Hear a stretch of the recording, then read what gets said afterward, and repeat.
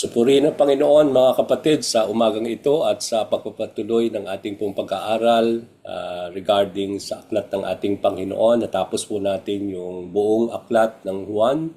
And today we will enter another learning from the Lord, and as what we had agreed, we will study the book of Revelation. So, ang ating pong pag-aaral po this morning will be more of background and introduction, at i-discuss po natin yung prologue ng verses 1 to 3. Okay, so doon muna tayo magko-concentrate. As what we have done for the last mga pag-aaral natin, hinihimay po natin yung ating mga salita ng ating Panginoon at ayaw po nating madaliin ito na hindi natin naintindihan. So magiging thorough po at comprehensive yung ating pag-aaral regarding the book of Revelation. At alam ko po na marami sa atin nahihirapan tayo na maintindihan itong aklat na ito, no, na isinulat din ni Juan. At kung paano po natin iintindihin ito ay sabi nga na napakaraming mga bagay na dapat nating i-consider para maintindihan natin at maunawaan ang mga bagay na isinulat na ito. Also by John the Apostle. Okay? So if you have your Bible with you, can we all open it first in verses 1 to 3? Doon muna tayo mag-aaral kasi doon pa lang sa tatlong verses na yan, mga kapatid, malaman na malaman po yan. And so we want to understand it, we want to know it, at ito po ay magiging, sabi nga natin, yung prologue nitong aklat na ito. At alamin natin, ano bang ibig sabihin ng prologue ng isang aklat? And so, we will try to understand everything, and may the Lord guide us through as we study His words. So, Revelation chapter 1, verses 1 to 3. If you have your Bible with you, can we all open it and we will read together? I will be reading in the NLT translation. Sabi po sa verse 1, "This is a revelation from Jesus Christ, which God gave Him to show His servants the events that must soon take place. He sent an angel to present this revelation to his servant John, who faithfully reported everything he saw. This is his report of the word of God and the testimony of Jesus Christ." Verse 3, "God blesses the one who reads the words of this prophecy to the church, and He blesses all who listen to its message and obey what it says, for the time is near." So purihin ng Panginoon sa kanyang mga salita sa umagang ito. Now, nung ating pong tinapos po yung aklat ng John, mga kapatid, when Jesus Christ died, many of His disciples believed that His death was a defeat on His part. Nakita natin yon na nung nakita nila ang ating Panginoon na nabatay, they believed that yung kanyang kamatayan was a form of defeat on His part. No? They believed that all His teachings and all His ministry, including the miracles, were for nothing. Na parang walang naging saysay yung mga bagay na nangyari, lalo na yung mga katuruan ng ating Panginoon. Higit sa lahat, yung mga miracles na nagpapatunay kung sino siya. No? They thought that His death was the end of the story. Akala nila nung ang ating Panginoon ay namatay, it is the end of the story. But little did they know that the death of the Lord Jesus Christ would actually lead to His victory when He was raised back into life after 3 days. No? The resurrection of our Lord Jesus Christ allowed His disciples to understand the ministry of the Lord, yung kanyang suffering and death, from a completely new perspective. So titingnan natin, mga kapatid, no? Try to imagine in our lives that when we talk about the life of the Lord, no? Yung life ni Jesus Christ, yung kanyang ministry at kanyang sufferings and death, without the resurrection. Okay, so kung bibigyan natin ng maayos na perspective, we come to know about the life of Jesus Christ, we come to know about the suffering of the Lord, we talk about the death of Jesus Christ, but then try to imagine all of these things without the resurrection of the Lord. Okay? He would not be any different from the rest of other religious leaders. Wala siyang pagkakaiba kung wala po yung resurrection from the rest of the other religious leaders. No? And having this in our mind, mga kapatid, John wrote the book of Revelation to give also a new perspective to all of us. No, kaya nga napakahalaga itong pag-aaral natin na ito sa Aklat ng Pahayag o yung the Book of Revelation, kasi as we study and we will able to understand this book, ito ay magbibigay sa atin ng panibagong perspective regarding not only about the life, the ministry, the sufferings and death, and also the resurrection of the Lord when it comes to our faith in Him, no? Now, bakit tayo magkakaroon ng panibagong revelation? Bakit kailangan natin magkaroon ng panibagong perspective regarding this book as we study it? Noong mga panahon na yon, mga kapatid, when the early church faced persecution from the powerful Roman Empire, and many Christians began to view their lives also as a defeat. So, kung makikita natin yung pagsusulat nitong Revelation ay meron pong purpose. At very timing naman itong pag-aaral ng pagsusulat ni John, kasi noong mga panahon noon ay the Christians face a tremendous persecution in the time of the Roman Empire. No? Nagkaroon ng matinding persecution at that time. Sinusunog yung mga Kristiyano, tapos they were being put to be eaten by the lions, no, in those days. Kaya tamang-tama po yung pagsusulat na ito ni John regarding the book of Revelation for the early Christians to have a new perspective regarding their lives as believers in the Lord. Kasi sa mga Kristiyano in the early days, yung mga early church, no, noong mga panahon na yon when they were put into sufferings and persecution, na parang walang nagiging saysay yung kanilang mga buhay, no, as they view their lives and they feel that it is a defeat on their part. Maaring ang katanungan sa kanilang mga isip, sa kanilang mga puso, why suffer and be persecuted for their faith in the Lord? Ba't kailangan namin dumaan sa ganitong matinding mga pagsubok, mga persecution regarding their faith in the Lord Jesus Christ? And having this, mga kapatid, John encouraged his readers to find both comfort and confidence. So dito, yung pagsusulat nito ni John regarding the vision and revelation of the Lord that has been given to him by an angel, it will be a source of encouragement to these believers, sa mga readers, that they will find comfort and confidence in the victory of our Lord that He has achieved during His resurrection. At makikita dito that not only John was giving them the confidence and the comfort regarding the resurrection of the Lord, but he was writing of the awaiting glory of the Lord at His second coming. Kaya makikita natin dito from the book of Revelation, ano ba yung mangyayari? Ano yung ipapahayag? Ano yung i-reveal ng Panginoon when He comes to His glory at the second coming of the Lord? So John wanted them to understand that even their lives ended in deaths and martyrs, no? As martyrs, no? Marami po mga Kristiyano naging martyrs dahil sa kanilang pananalig sa Panginoon. And sa pagsusulat na ito ni John, he wanted them to understand that even their lives ended in death, that would not be the end of the story for all of them. Hindi rin ito magiging katapusan, no? Just like the death of our Lord Jesus Christ, na akala ng iba that it is the end of the story for the Lord. But here comes His resurrection.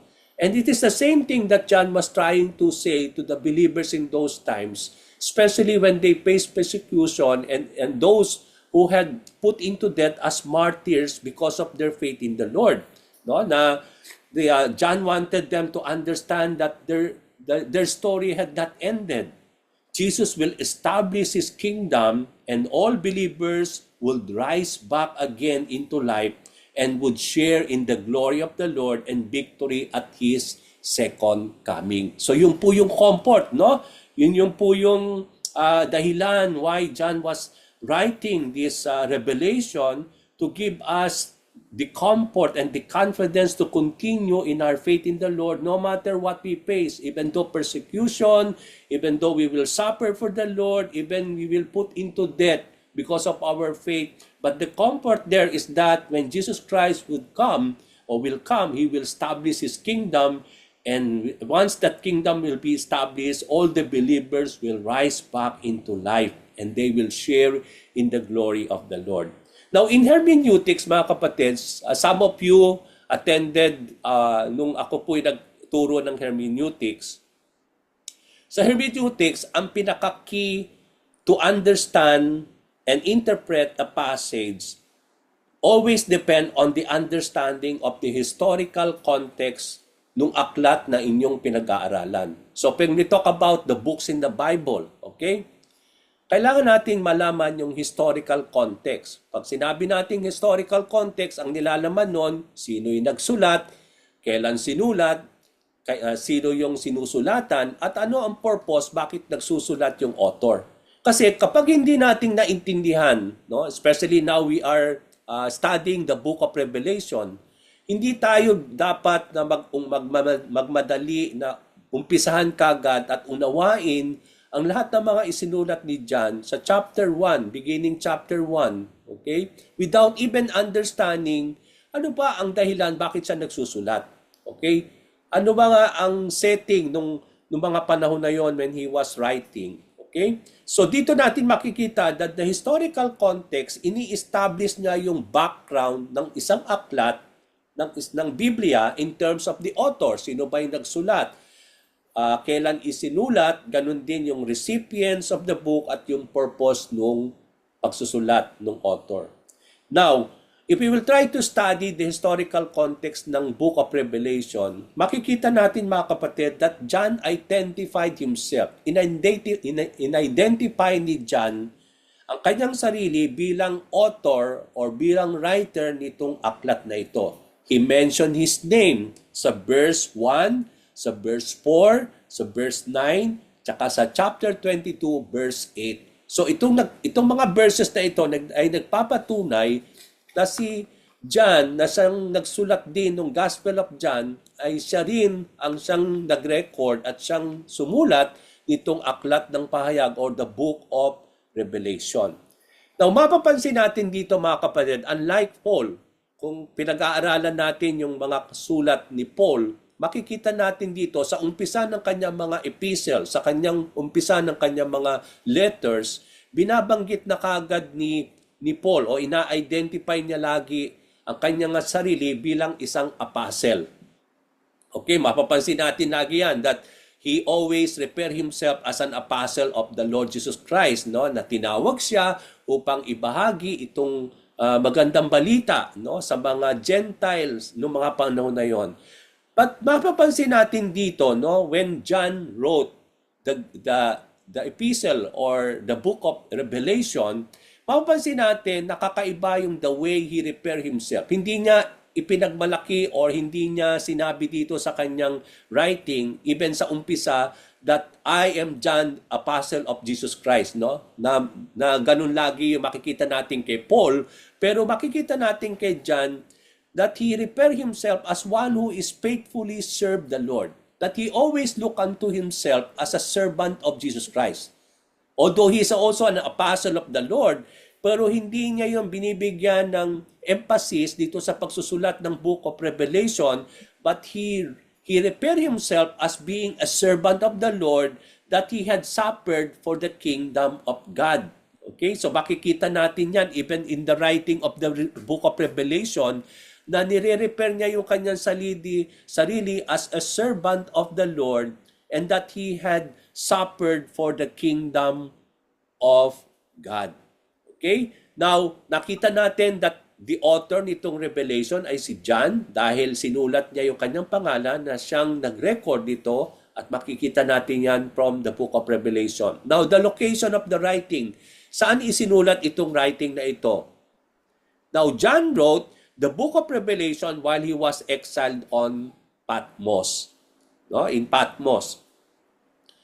Ibig sabihin, nung sinusulat niya itong revelation na ito, itong vision that God has given him through an angel, nandun siya in exile sa Patmos. Now, Patmos was a small island approximately 40 miles southwest of Ephesus. So kung titingnan natin yung mapa ng mga panahon na yon, kung makikita natin yung Ephesus, it is on the southward or the southwest, no, between south and west, 40 miles of that, makikita natin yung island of Patmos. So it is a small island at doon siya in exile, no? Nung mga panahon na yon, yung Patmos ay ginagamit ng mga Roman government para doon i-exile yung mga tao na kinukonsider nila na mga threat sa gobyerno ng Roman Empire.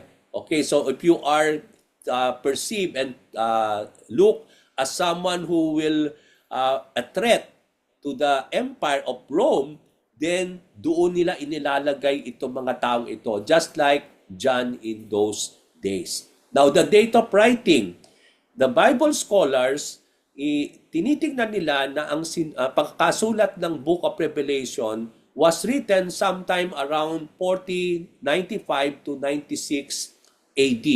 Okay? Between 95 to 96 AD during the reign of the Roman Emperor Domitian. Okay? Ito yung mga panahon na ang emperor ay si Domitian during his reign.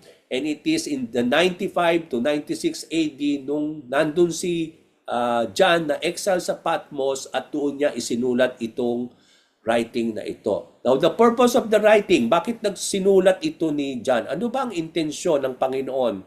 Bakit inirecord ito ni John at siya'y kinuman ng Panginoon to write all these things, no? And what is the purpose of God? What is the purpose of this writing of the Book of Revelation? Now, the main purpose ng Book of Revelation, mga kapatid, is to reveal the preeminence of Christ in all of these things, in all things. Kaya, ang pinaka-major theme, mga kapatid, so kung titingnan natin yung whole Bible, from the book of Genesis down to the book of Revelation, the central theme is all about the Messiah. And we come to know that in the New Testament, that this Messiah, or the anointed one of God, is the Lord Jesus Christ. So kung makikita natin, the main central theme ng Bible is all about the Lord. And that, if that is the case, then that is the same theme of the book of Revelation.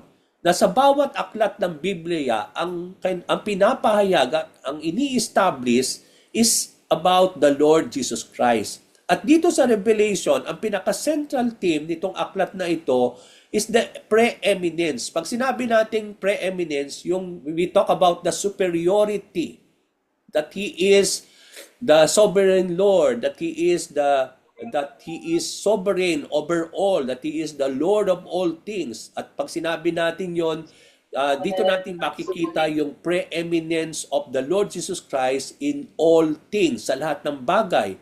That He is revealed as the Alpha and the Omega, as the beginning and the end. No? Yung makikita natin in the book of Revelation, ipinapahayag dito yung preeminence of Jesus Christ. That throughout the chapters of the book of Revelation, ang intention is to reveal the superiority of Jesus Christ in all things and to reveal that He is the Alpha and the Omega, the beginning and the end.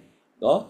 It was written to show what must soon take place at the end times. Hindi lang po ipinapahayag dito yung preeminence of Jesus Christ in all things, but also makikita natin dito, it was written para ipakita kung ano yung mga mangyayari at the end times. Kaya napakaganda itong pag-aaral natin na ito. Ibig sabihin, lahat ng mga mangyayari dito sa Revelation, hindi pa nangyayari. Ito pa yung everything it is awaiting for its fulfillment. At mangyayari po ito at the coming of the Lord Jesus Christ. Okay, so napakaganda po itong pag-aaral natin na ito is because it shows kung ano ba yung mangyayari that will take place at the coming of the Lord Jesus Christ. No, it was to show also the majesty and the glory of the Lord Jesus Christ who is coming to rule and reign forever. Kasi makikita natin dito at the second coming of the Lord, He will establish the kingdom of God physically here on earth. Okay? Makikita natin na nung tayo, when we talk about the kingdom of God, although now the kingdom of God is in our hearts, but the Lord will establish that physical kingdom when He comes for the second time, wherein the Lord, as the eternal King, will rule and reign forever. Now, sino yung mga recipient at audience nitong writing na ito? Now, John was writing to address the book to the 7 churches of Asia Minor. Okay, so isinusulat na ito para sa mga churches, yung 7 churches sa Asia Minor. Para itong letter, yung Book of Revelation is also an epistle na isinusulat para ipadala, at ang intention ng Panginoon is to address it to the 7 churches in Asia Minor, which is now part of the modern Western Turkey.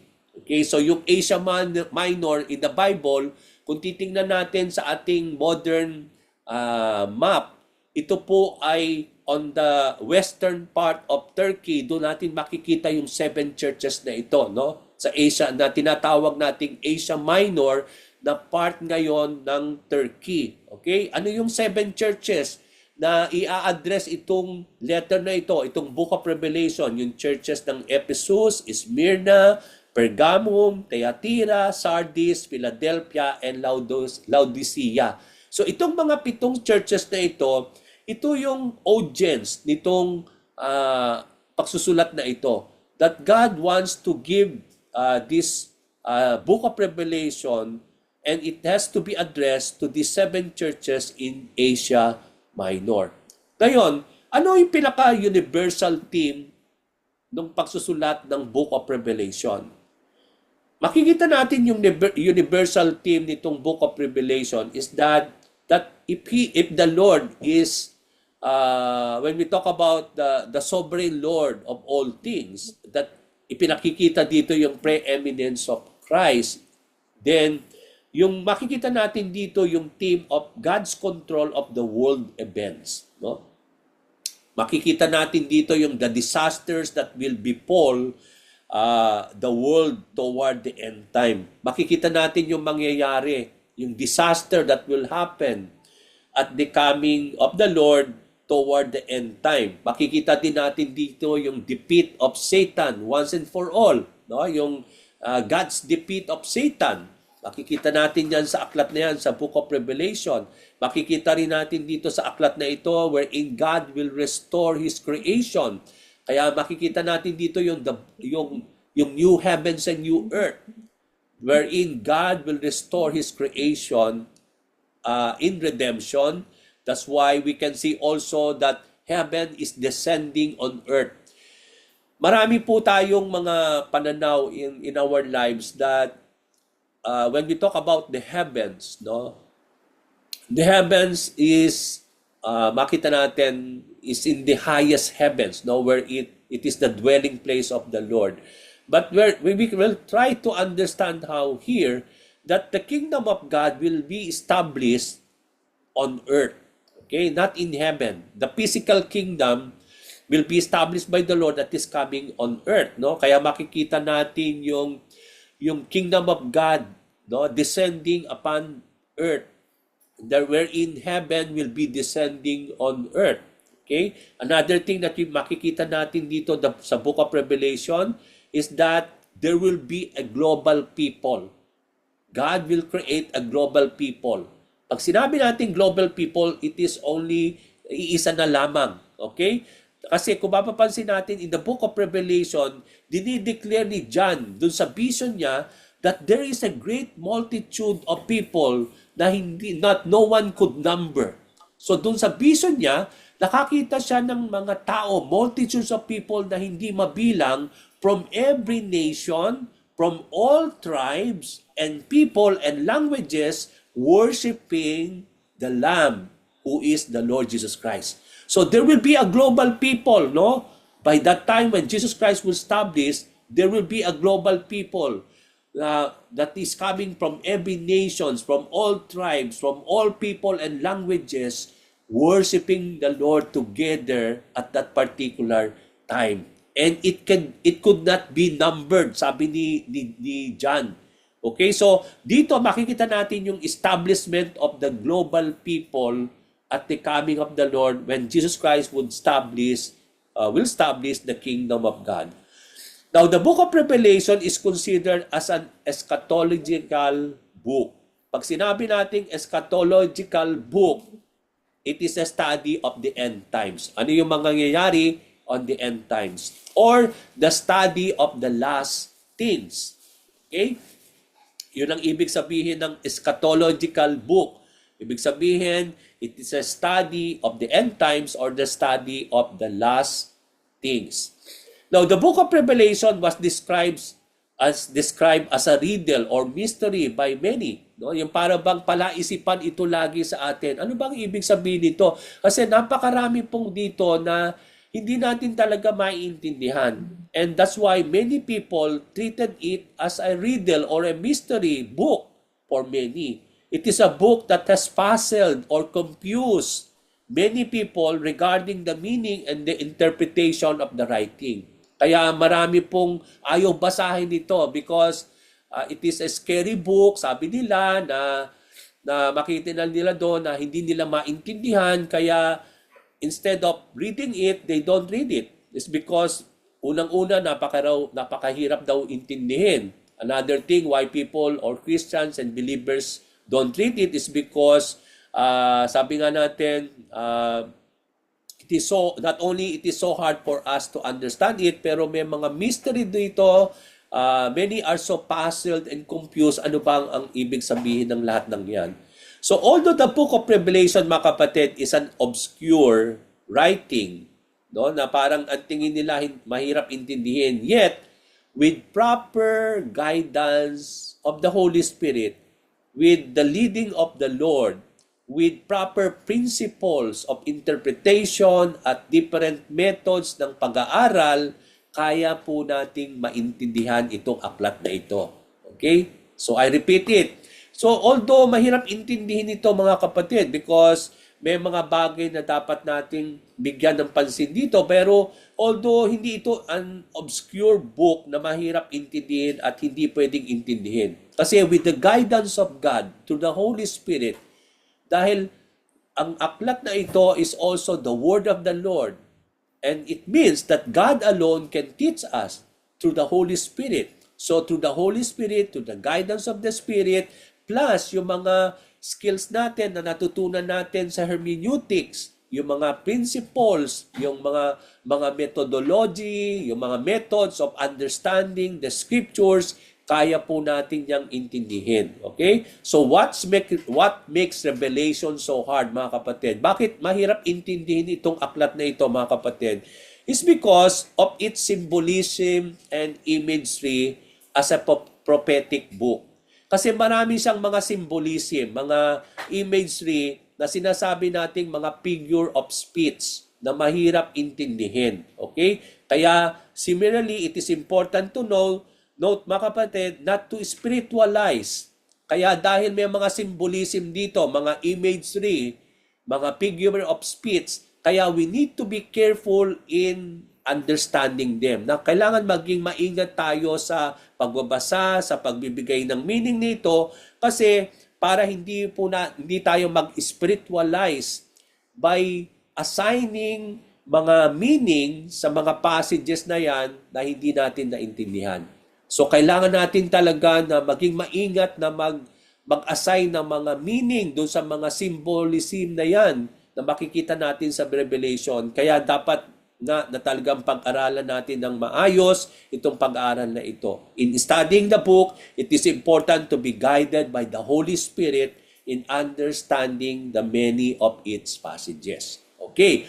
So that will be somehow yung ating background, yung introduction ng ating pong pag-aaral. Now, knowing all these things, let's start now from verses 1 to 3. Okay. Now, kung mapapansin ninyo, it is the prologue of the book of Revelation. Sa itaas ng inyong mga Bible, sa akin, nakalagay dito, prologue. It may be in your translation, whatever is your translation.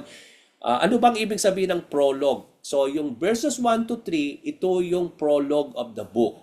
Now, nung nakaraang Friday, we talk about epilogue. Okay? Nung tinapos natin yung book of John natin, yung last chapter, makikita natin, it is the epilogue of the book of John. Yung epilogue, pag sinabi nating epilogue, it is the final concluding event of the book. Okay, yung epilogue, yun yung pagtatapos na at yun ang yung event na yon na isinusulat ni John sa huling chapter ng Gospel of John, yun yung it serves that the epilogue of the book. Ito yung final and concluding event of the book. On the other hand, pag sinabi nating prologue of a book, it serves as an opening introduction. Okay, ito yung introduction ng aklat na ito. Yung verses 1 to 3, ito yung pinaka-prologue or yung pinaka-opening introduction sa pagsusulat ni John. At dito din natin makikita na itong prologue na ito, verses 1 to 3, ito ay nagbibigay background ng impormasyon regarding about the book at also yung purpose of its writing. Okay? Now, let's go now to verses 1 to 3. So, verses 1 to 3 serves as a prologue of the book, giving us who wrote it, also the purpose and the source of this writing. Okay? Now, ano pa yung main idea nung itong revelation na ito? Ng verses 1 to 3 and even yung verses 1 to 8. Okay?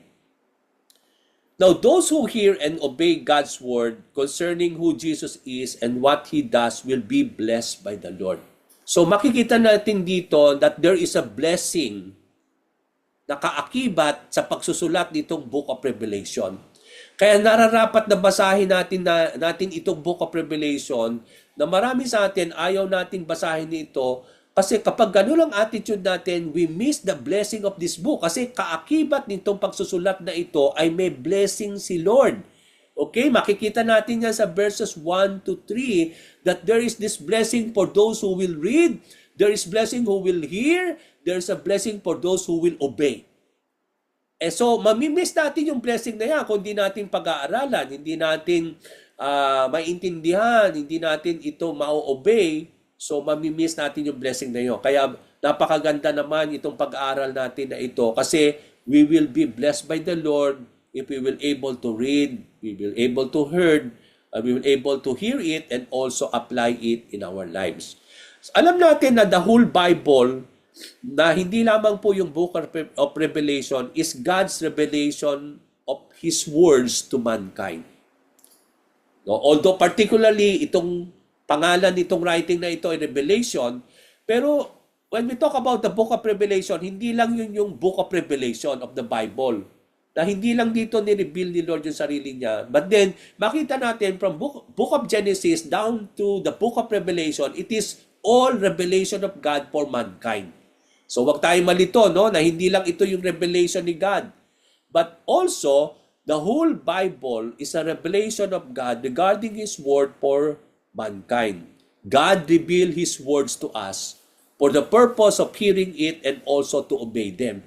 So, hindi lang po na dapat lang na mabasa natin ito at malaman, but then, ang purpose ni Lord is that as we read, as we hear it, the purpose of the Lord is for us to obey them. Okay? Particularly itong Book of John. Kasi makikita nyo yan sa verse 3, that the Lord allow it to be written so that it will be read, it to be heard, and as it is read and heard, it is to be obeyed. And there is this blessing for all of these things. Okay? So, makikita natin, the Book of Revelation is not only a word of blessing for the first century, because isinulat ito during the first century sa mga tao, sa mga Christians in the first century in those times, but also to the 21st century today. Okay, now we are in the 21st century. Isinulat ito ni John for the first century church. For it doesn't mean na para sa kanila lang ng ito. It doesn't mean na para lang doon sa 7 churches in Asia Minor itong pagsusulat na ito. But even This epistle is for us churches today in the 21st century. God intended for us to read and understand it, and there's a blessing for those who read, for those who hear, and keep the words of this prophecy. So ang gusto ng Panginoon, ang intention niya is for us to read, hear, and to keep the words of this prophecy, which is the same thing sa lahat ng aklat ng Bible. God intended to bless, comfort, and encourage His people in every generation to be faithful and persevere, especially during times of persecution and suffering.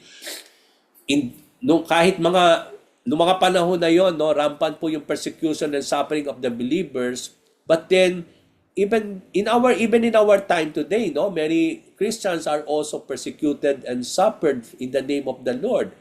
That even in our lives, kahit hindi tayo na persecute, but then there is also sufferings, no, that we bear in our lives for the name of the Lord. So kaya napaka-importante po na ang intention ng aklat na ito is to bless us, to comfort, and to encourage us, for us to continue to be faithful and persevere even in those times of persecution and suffering. Yung writing ng Revelation is from God by John, happened when many Christians were persecuted and martyred under the Roman Emperor, particularly Nero, noong mga panahon na yon. Okay, now let's go to verses 1 and 2. Ang sabi po sa verses 1 and 2, this is a revelation from Jesus Christ, which God gave Him to show His servants the events that must soon take place. He sent an angel to present this revelation to His servant John, who faithfully reported everything he saw. This is his report of the Word of God and the testimony of Jesus Christ. Itong 2 verses na ito, mga kapatid, serve as a prologue of this book, ay malaman na malaman. Umpisa pa lang ito, ang laman na, mga kapatid. Makikita natin from this passage, we see the source of blessing for those who would read, hear, and obey the words of the prophecy. The blessing comes from God, and it is revealed to the Lord Jesus Christ, no? Makikita natin yung blessing na yan, no? Yung pagsusulat nitong aklat na ito. And ano pa ang source nitong aklat na ito? Saan ba nagmula itong revelation na ito na sinulat ni John? Makikita natin, it is a revelation from Jesus Christ that was given to Him by the Father in heaven. So, itong revelation na ito is from the Lord. Actually, it is the Lord who is revealing here. No? And it is John who is just writing it. And this revelation from the Lord was given to him by God the Father Himself. So John wrote the revelation, and it is a revelation from Jesus Christ. So itong revelation na ito ay actually not a revelation of John, but it is a revelation from Jesus Christ. Na siya lang ay kasangkapan ng Panginoon to write this revelation from Jesus Christ. So let us put us into proper understanding, no? Ang sabi po sa verse 1, this revelation is from Jesus Christ. Okay? Si John ay ginamit lang ng Panginoon para isulat itong revelation na ito from Jesus Christ that was given by God the Father to Jesus Christ. Okay? So the word revelation in Greek, pag sinabi natin revelation in Greek, ito yung apocalypsis, okay? Where we got the English word apocalypse. Ang meaning po nan is to reveal, to unveil, to uncover, or disclose. Kaya nga kung mapapansin natin, yung book of Revelation is to reveal, to unveil, or to uncover or disclose yung mga bagay na hindi pa po nare-reveal o napapahayag. Kaya magkakaroon tayo ng glimpse lahat ng mga bagay na mangyayari sa pagdating ng ating Panginoon, wherein we will able to see and this book will unveil to us, uncover unto us, it will disclose to us yung mga mysteries, yung mga bagay na hindi pa po na ipapahayag na mangyayari at sa pagdating ng ating Panginoong Jesucristo. So revelation is the unveiling or disclosure of the end of the world or the destruction of the world. So revelation tells us that God is pulling back the curtain. Yung para bang dahil parang nakabail pa itong mga mangyayari na ito, nung ipinahayag ito ng Panginoong Jesucristo, this revelation from the Lord Jesus Christ to John, para bang tinatanggal na ngayon ng Panginoon itong curtain na ito na nagtatakip dun sa mga bagay na yan ang mangyayari in order to show us something that is hidden and unknown. No, yung mga bagay na nakatago at hindi pa known sa tao. Kaya itong revelation, ito ang nagdi-disclose nitong mga hidden and unknown things na mangyayari pa lamang. Kaya nagkakaroon na tayo ng glimpse. Kaya nagiging excited tayo sa pag-aaral natin ito kasi ibubuksan ng Panginoon yung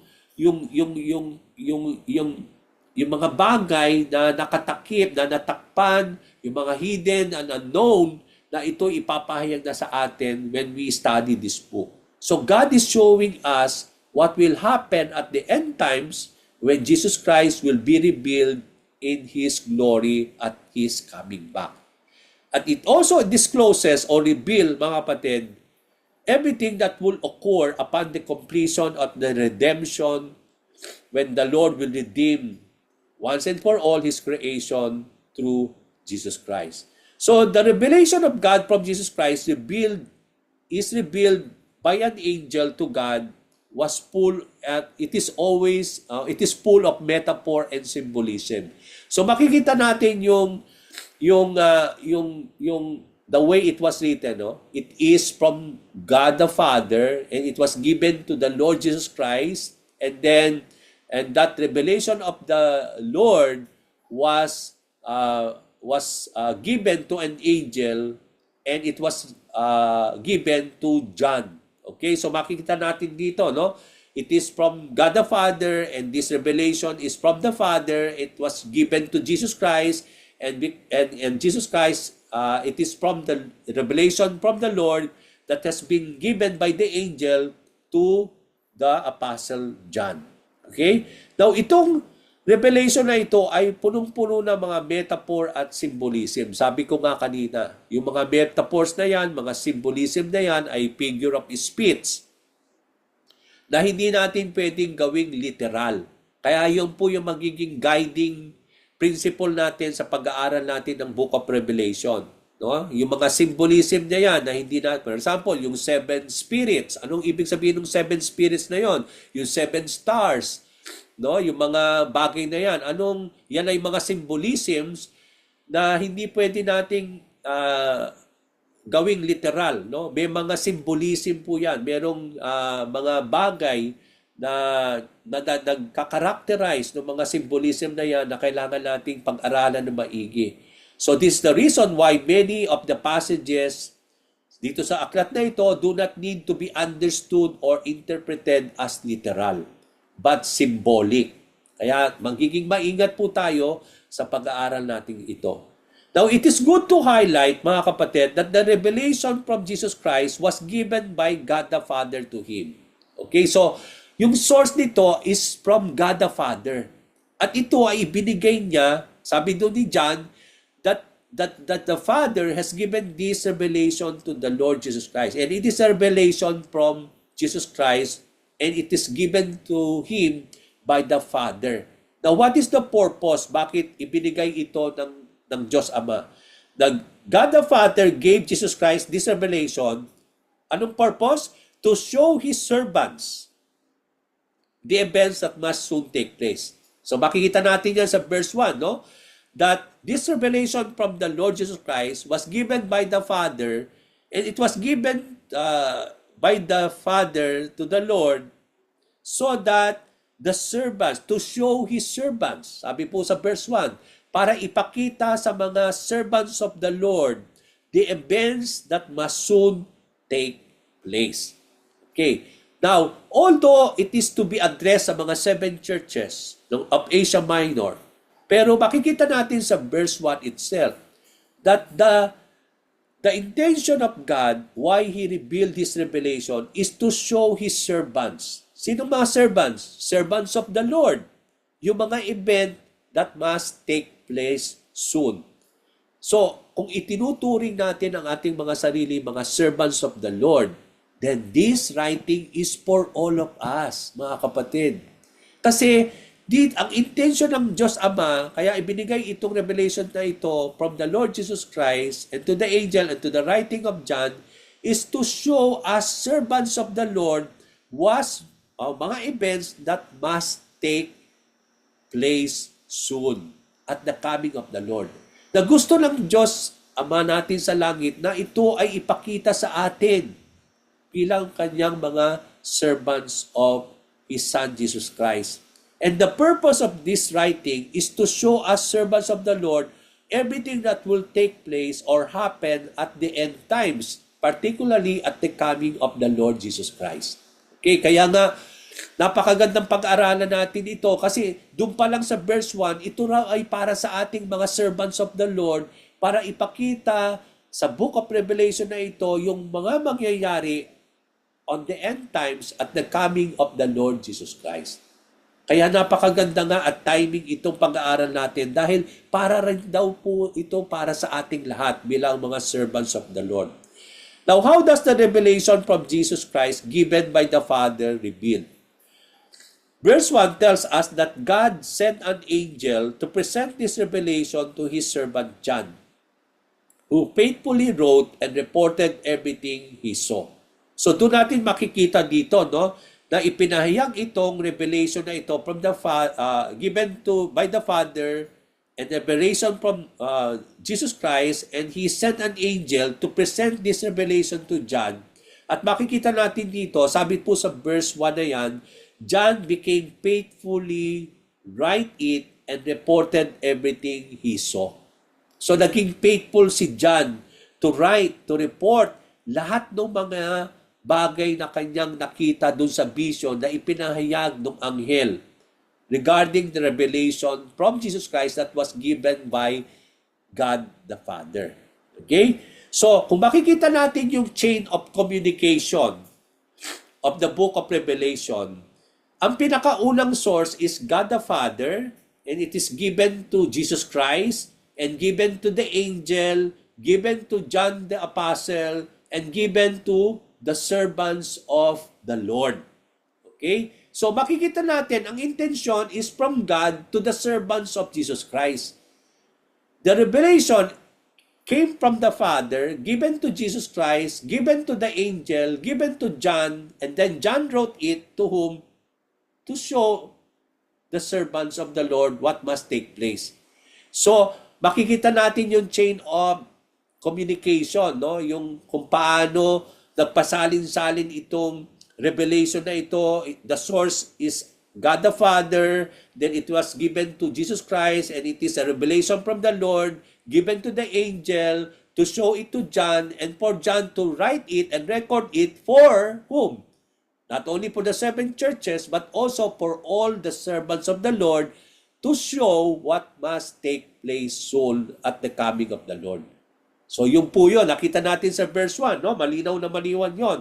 Revelation is a blessed gift from God the Father, which He gave to His Son, Jesus Christ, which the Lord graciously shared with us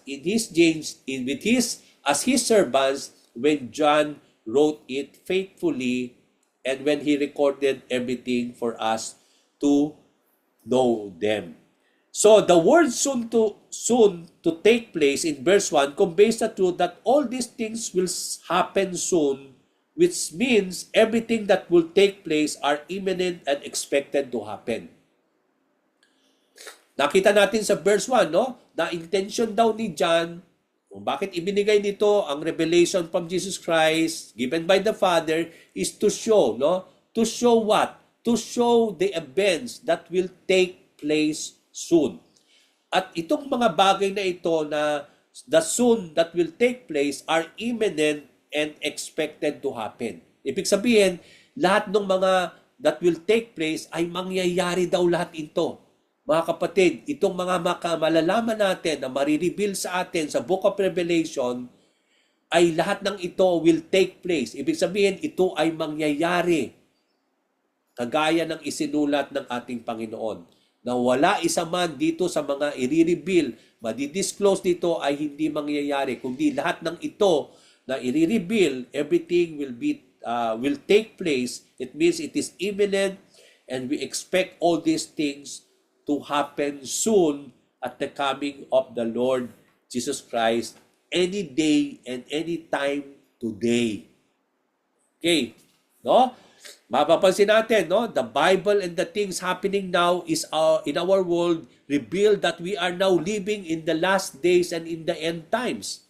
Okay, bakit natin kailangan talaga pag-aralan itong Book of Revelation? Kasi lahat daw ng mga mangyayari dito ay mangyayari on the end times at the coming of the Lord. Now, the Bible and even sa mga nakikita nating palatandaan na isinulat ng Panginoon sa kanyang Ebanghelyo, ay nakikita na natin very evident na yan na nangyayari sa mundo natin. So anong sinasabi nito, mga kapatid? Sinasabi nito na we are now living in the last times or in the end times. And soon, whatever that is written here will happen and soon take place. Maaring bukas, maaring maaring mamayang gabi. So napaka-importante po, Panginoon, mga kapatid, that we need to prepare ourselves, no, for these things that will take place. Yung the truth that we are now living in the last days, dahil natito na at we are now living in the last days, and everything in the Book of Revelation will take place daw at mangyayari po ito, will lead us to be ready and prepared. So ibig sabihin pala, mga kapatid, ang intention dito ng Panginoon is for us to be ready and to be prepared. Because this will take place soon. Maaring mamayang gabi, maaring bukas, mga kapatid. Kaya as servants of the Lord, kailangan nating mag-prepare na. Na hindi tayo maiiwan, hindi tayo makokot in surprise of all these things na mangyayari. Kaya nga, pinag-aaralan natin ito para malaman natin ano yung mga mangyayari na i-disclose dito sa aklat na ito, for us to be prepared, for us to be ready of all these things that will soon take place at the coming of the Lord, na hindi natin alam any time today ay mangyayari, any day will happen. No? Hindi natin alam what time and day that will happen, but the fact that we are living now in the last days and in the end times, we believe that it will happen and it will soon take place anytime, any day. No? Kaya nga dapat maging prepared tayo. So, verse 2, the revelation that John wrote and prepared was the Word of God and the testimony of Jesus Christ. So, makikita natin sa verse 2 that the revelation given by the Father to Jesus Christ, and that is His revelation from the Lord given to the angel, given to the Apostle John, to be given to the servants of the Lord to show that will take place. Now, ano itong revelation na ipinahayag kay John? Sabi doon, it is the revelation that John wrote, that na kanyang isinulat, was this revelation of the Father given that is from the Lord, is the Word of God and the testimony of Jesus Christ. O, makikita ninyo yan sa verse 2, no? Doon sa nakasulat dyan sa verse 2, that this revelation, sabi doon, this is His report. No? Ito raw ay report, isinulat ni John, at itong report na ito is the Word of God and the testimony of Jesus Christ. So yung lahat ng ipinahayag dyan sa book of Revelation is the Word of God and the testimony of Jesus Christ. So, anong ibig sabihin niyan? This means that the book of Revelation, just like the other books of the Bible, is God's words and His testimony for us as servants of the Lord. Para ibigay ito sa mga iglesia ng ating Panginoon. At itong revelation na ito na ating pinag-aaralan ay the word of the Lord, and it is a testimony of the Lord Jesus Christ. So this revelation is the word of the Father, and it is Jesus Christ who bears testimony of it and bears witness of it. No, ito ay word of the Father, but it is Jesus Christ who is testifying and bearing witness of it. No, mapapansin natin doon, no, that this revelation that John reported and recorded, sabi doon, is the word of God. It is the word of the Father, and it is Jesus Christ who is bearing testimony of this word, that it becomes a testimony of the Lord Jesus Christ. Kaya it is the Lord who is proclaiming it. It is the Lord who is testifying of it. It is the Lord who is revealing it. Kaya nga, it is a revelation from Jesus Christ given to Him by the Father. So it is the word of the Father, and it is a revelation from Jesus Christ because He will be the one who will be bearing witness to all these words, and He will be bearing witness to those words. Okay? So Jesus said, nung pinag-aralan natin yung gospel, di ba? Maraming beses sinasabi ni Lord na yung aking mga salita na aking itinuturo sa inyo ay hindi actually on my own, but these words are from my Father. And it is the same words that He wants me to proclaim to you. Okay? So yung source ng katuruan ng Panginoon is from the Father, given to Him by the Father, and it is the Lord who is bearing testimony. Ipinapahayag niya yun. He is bearing witness. He is testifying of those words. No? Kaya makikita natin dito that the same words of Christ is the very same words of the Father. Because those words of Christ were the same words given to Him by the Father. Kaya itong revelation, this also is the word of the Father given to the Lord Jesus Christ, and it becomes now a revelation from Jesus Christ because He is the one who will be testifying it and bearing witness to those words given to Him by His Father. Okay? So John wrote and recorded this word and testimony of God. It is God's word and testimony written in the words of men. So itong words at testimony of God ay isinulat in the words of men. Okay? Now, verse 3. Now, let's go to verse 3. God blesses the one who reads the words of this prophecy to the church, and He blesses all who listen to its message and obey what it says, for the time is near. Okay? Napakaganda po yung huli. For the time is near. Why we need to read? Why we need to hear? Why we need to obey? Because the time is near. Okay, napaka-importante po yon, mga kapatid, no? Napakalinaw po yan. That God will bless the one who will read these words of prophecy. Kung babasahin natin itong words of prophecy, blessed are you, sabi ni God. Not only you, the blessing is for those who will read, but the blessing also is for those who will listen to its message. But also, there is a blessing that as you hear, you obey it. Why? Because the time is near. Now, there are three important truths how the blessings of God comes brought by these words of prophecy. Paano darating yung blessing na yan na sinasabi ni Lord? Okay? First, the blessing comes from God's revelation from Jesus Christ. Okay? Nandun yung blessing ni God kasi ibinigay niya ito kay Lord. Okay? Kaya nga tayo, when we read the word of Jesus Christ, and because it is the words of the Father itself, then there is already the blessing for those revelation and those words that we have already received from the Lord Jesus Christ. Okay? But also, second, the blessing also comes in the church when it is being read. Sabi ng Panginoon, God blesses the one who reads the words of this prophecy. Saan? To the church. Kaya napaka-importante, dapat lalo pa nating marinig itong revelation na pinipreach, itinuturo, binabasa sa church kasi nga we are now living and the time is near.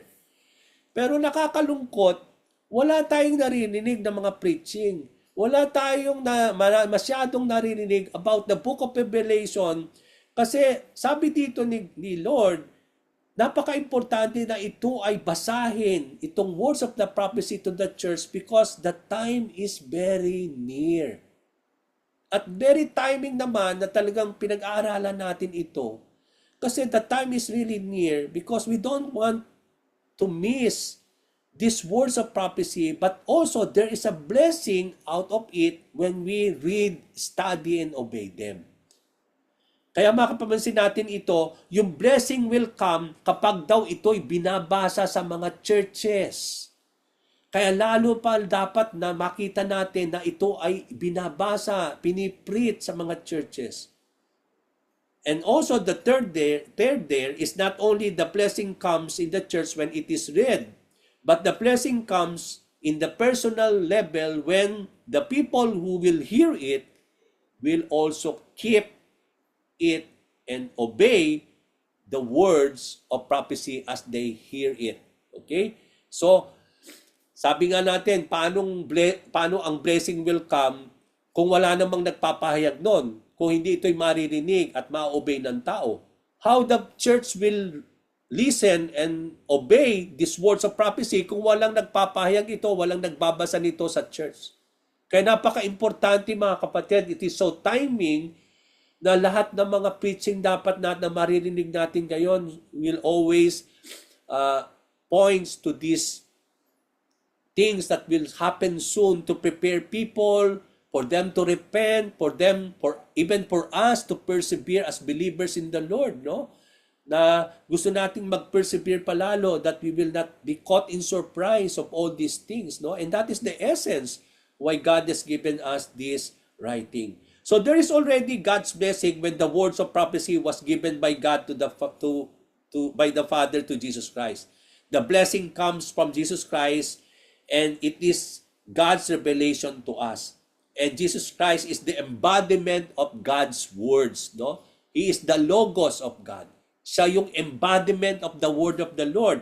And because we have Christ in us, living in us, then we have the embodiment of the word in us today. And because there is the blessing of the word of the Lord given to Jesus Christ, then the blessing of God is already in us when we accepted Jesus Christ as our Lord and Savior. So nandun na yung blessing because Jesus Christ is the embodiment of the word of God that was given to Him by the Father. Siya yung nagbe-bear testimony, siya yung nagwi-witness noon. And because He is the Logos of God, the living word of the Lord, then that word is upon us because we have Christ in our lives. And if there is a blessing of this word of the Lord that comes from the Lord, nandun na yung blessing na yon sa atin. Yung blessing din will come, second, kapag ito raw ay binabasa, when it is being read in the church. Sabi ni John sa verse 3. So John wrote that these words of prophecy was for the church. Ang intention na ito is not only for servants of the Lord. And where are the servants of the Lord? Nandun sila sa church, di ba? So makikita natin dito, although it was given to show the servants of the Lord, but it is actually addressed to the churches wherein all are there. Ito mga servants of the Lord are part of a church. Kaya makikita natin ito, kaya sinabi ni John that these words of prophecy needs to be read in the church where there are the servants of the Lord, and so that they will know that will take place soon at the coming of the Lord. So John was writing for the 7 churches, and this revelation of God was for these churches.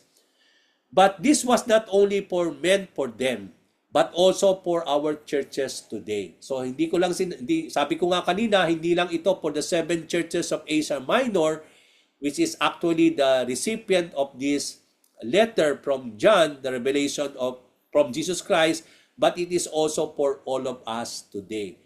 So John said in verse 1 that God gave this revelation to show His servants the events that must soon take place. But how do the servants of the Lord know it? It is through the church. No? The words of prophecy or revelation is to be read in the church. Blessing of God for those who reads. The blessing of God comes for those people who reads these words of prophecy to the church. Blessed are we, servants of the Lord, when we read and when we proclaim this revelation to the church. Kaya nga dapat nga pinoproclaim ito, binabasa mga kapatid sa church para lahat ng servants of the Lord will know that what will take place soon. So the blessing comes not only for those who reads it to the church, but also to those who hears and listens them. Sabi sa verse 3, John says, God blesses the one who reads the words of this prophecy to the church, and He blesses all who listen to its message. So this tells us how the book of Revelation need more to be taught and preached in the church, but we seldom heard it being preached and taught.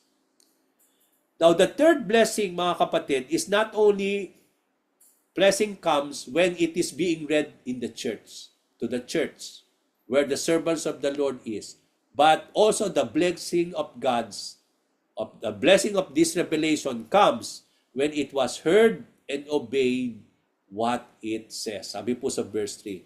So it is one way for these words of prophecy to be read in the church, but it is also another thing to be heard and to obey it. Hindi lamang po blessing comes kapag ito ay binabasa, itong words of prophecy, but also blessing comes also that as we hear it and obey it. Okay? So nandun po yon. To hear and to listen to this revelation is not enough. Hindi lang po na dapat marinig ito, sabi doon. But also, there is a blessing there when you hear it and when you obey these words of prophecy. So there is the hearing and the obeying of it. And when we do that, then there is this blessing of the Lord. So the blessing comes with our personal response of obedience after we heard these words of prophecy. Na kapag ikaw ang nagbabasa nito, okay, if you are studying this book of Revelation, binabasa mo yung book of Revelation, so as you read this book, okay, so naririnig mo that God is speaking to you, no? That Christ is testifying, no, bearing witness to this word of the Father. So makikita natin dito na God is blessing you because you are reading it and you are hearing it, but it will not end on there. That as you read and hear it, sabi doon, we need to obey it. And there is this blessing of it. So the words of revelation demand a response for those who hear it. Merong demand ang Panginoon Diyos sa mga magbabasa at makikinig nitong words of revelation. At anong requirement nun? That we need to be faithful in our obedience to it. So yun yung magiging part natin. As we read, as we hear it, ang sabi ng Panginoon, we have to obey it. No? Yun yung requirement for all of us. Hindi lang po magiging enough na it will be read, hindi po magiging enough ito na marinig lamang, pero as you are hearing it from me, from the Lord, no? It is actually God is telling it is to you and me as we read and we hear this book of Revelation, as we study this. Ang intention natin dito is not only to read it and to hear at malaman lang natin lahat ng yon. But the intention here, as you read and hear, as we study this, the purpose of God is for us to obey these words of prophecy. So why there is an urgency, as I end, why there is an urgency for the words of prophecy to be read and to be heard in the church leading to its obedience? Bakit may kailangan natin na i-urgent na ito'y maipahayag sa mga churches para sa lahat ng servants of the Lord will know what will take place soon at ito po ay mabasa at marinig at ito po ay magdadala sa atin out of its obedience. Now, bakit daw? Yung last words ng verse 3 is the reason. Ano yung last words of verse 3? For the time is near. So what is the time being prepared as I close here? What is the time that is coming near? Ano yung time na binabanggit doon, mga kapatid? the time that is near, that is being repaired here, is the time of the coming of the Lord Jesus Christ and the fulfillment of this prophecy. Ibig sabihin, the time is near for the coming of the Lord and the time is near for the fulfillment of all this written in the book of Revelation. It is already near, mga kapatid. And we know that it is near is because we are living in the last days now. This makes, kaya nga, there's an urgency for it to be read, to be heard, to be obeyed, because the words of Revelation is imminent. Ibig sabihin, it will take place soon and it is now near. The time is so near. So bilang mga servants of the Lord, as I end, we must be ready for the coming of the Lord Jesus Christ for His second coming, mga kapatid. Why? Because the time is so near. We need to be ready sa mga mangyayari as the book of Revelation is disclosing, because all these things will soon take place. Ano yung mangyayari? Yung judgment, mga kapatid. Not only the judgment of God, but also yung establishment of the kingdom of God will certainly happen soon, and it is near to come. No one knows when these events will occur. The fact that time is near, mga kapatid, we don't know the time, we don't know the day. It may be, sabi ko nga, mamaya. It may be after we hear this, maybe tonight, maybe tomorrow. No? We don't know what these events will come. No? So all of us must be ready. We need to be prepared. Sabi doon, they will happen and take place quickly, and there is no second chance if we fail to prepare for its second coming. What is so urgent here and imminent, mga kapatid, is because there is no second chance. Pag na-miss natin ito, mga kapatid, and we fail to prepare, to meet, and to prepare for its coming, then there is no second chance for all of us, mga kapatid. Sabi nga natin that the coming of the Lord and all these things will take place like the thief in the night. Sabi sa book of Thessalonians, sa book of God, sa Bible. Di ba, ano ba yung oras na alam ba natin ang oras na ang magnanakaw, kung kailan siya magnanakaw? We don't know. But it may happen soon, no? Kaya nga in our lives, we need to prepare, no? We don't know the time, we don't know the day, when the coming of the Lord, but what we know, as what the Word of God says, is that the time is here, the time is near. That's why there's an urgency for the book of Revelation, these words of prophecy, to be read, to be heard, to be obeyed by the servants of the Lord. So I end from here, I stop, and then I give back this to Sister Brenda.